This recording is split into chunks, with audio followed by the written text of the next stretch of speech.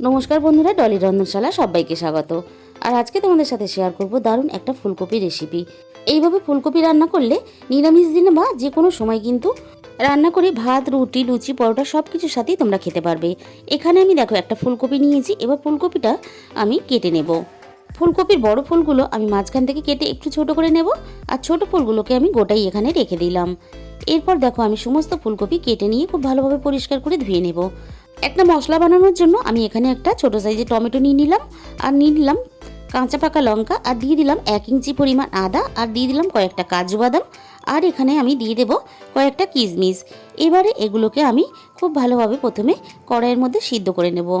প্রথমে আমি কড়াইয়ের মধ্যে পরিমাণ মতো জল দিয়ে দিলাম 1 চামচ পরিমাণ লবণ। এবারে আমি প্রথমে ফুলকপিগুলো লবণ জলে দিয়ে আমি একটু ভাপিয়ে নেব। মিনিট 5 আমি এখানে ভাপাবো, খুব বেশি ভাপিয়ে নেব না। আমার এখানে ফুলকপিগুলো হালকা একটু ভাপিয়ে নেওয়া হয়ে গেছে। এবারে আমি জলে থেকে তুলে নিলাম। বেশি ভাপালে তরকারির সাথে কিন্তু ফুলকপিটা সিদ্ধ হয়ে মিশে যাবে। ওই একই জলের মধ্যে আমি টমেটো, আদা, কাজু বাদাম, কিশমিশ আর কাঁচা লঙ্কা খুব ভালোভাবে আমি এখানে ভাপিয়ে তুলে নিলাম। প্রথমে আমি এগুলোকে খুব ভালোভাবে ঠান্ডা করে নিয়েছি, তারপর আমি মিক্সির জারের মধ্যে দিয়ে দিয়েছি। একই সাথে আমি এখানে দিয়ে দিলাম কিছুটা চারমগজ। এবার খুব ভালোভাবে আমি পেস্টটা রেডি করে নিলাম।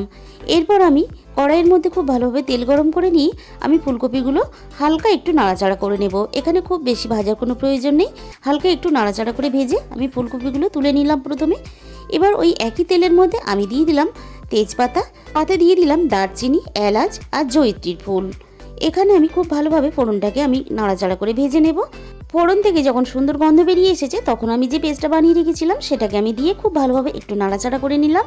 এরপরে আমি এখানে দিয়ে দিলাম স্বাদ মতো চিনি, আর দিয়ে দিলাম ঝাল লঙ্কার গুঁড়ো 1/2 চামচ পরিমাণ।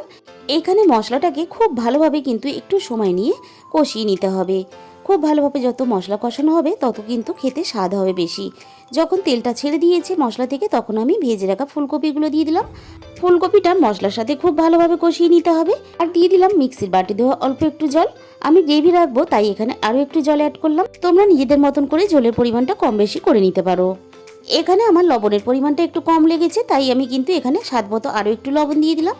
খুব ভালোভাবে সব কিছু সিদ্ধ হয়ে গেছে। এবার আমি এখানে দিয়ে দিলাম 1/2 চামচ পরিমাণ গরম মশলার গুঁড়ো, আর দিয়ে দিলাম স্বাদ মতো ঘি। এবার সব কিছু খুব ভালোভাবে একসাথে মিশিয়ে আমি কিন্তু এখানে ফুলকপির নিরামিষ তরকারিটা রেডি করে নিলাম।